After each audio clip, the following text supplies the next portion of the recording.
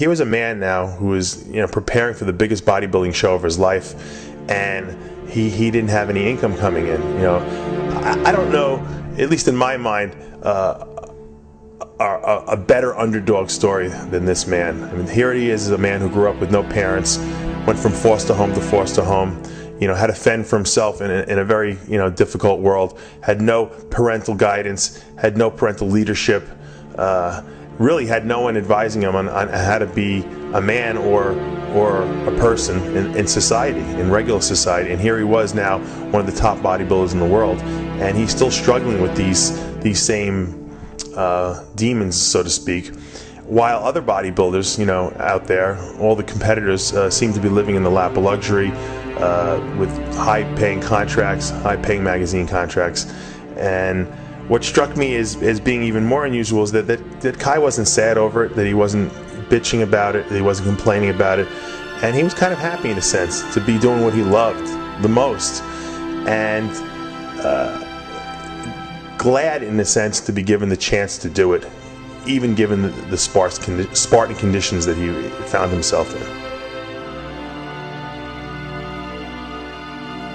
Successful people, I imagine, have to worry less about what the size of the obstacles are, the finances or the lack thereof, and all the other things that we can say represent the size and weight of the opposition.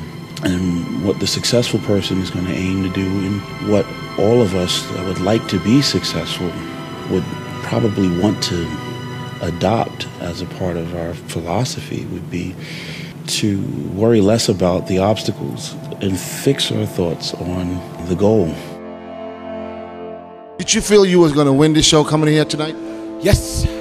And I still believe that the possibilities exist. I believe in infinite possibilities, and circumstances and situations don't say who the man is. It's what the man does in the face of these things that will, identify who he is. Mind is everything. If you don't believe you can do something, then you can't.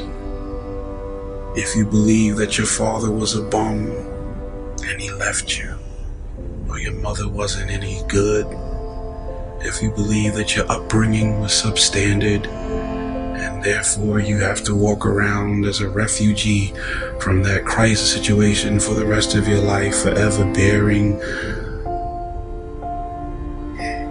the burden of that experience, then that will be your life.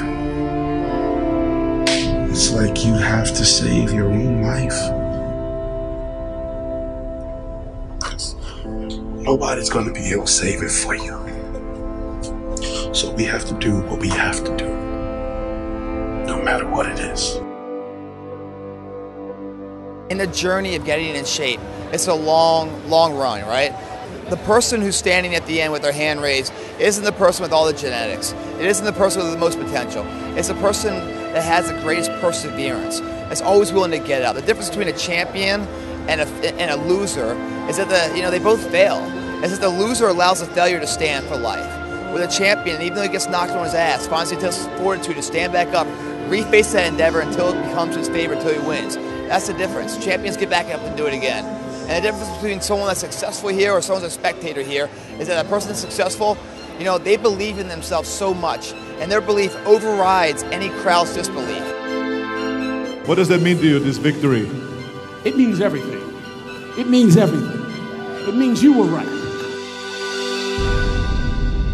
It means that the people that didn't believe, they were wrong. It means that when you don't believe, you do yourself a disservice because it is wrong. So you got to believe.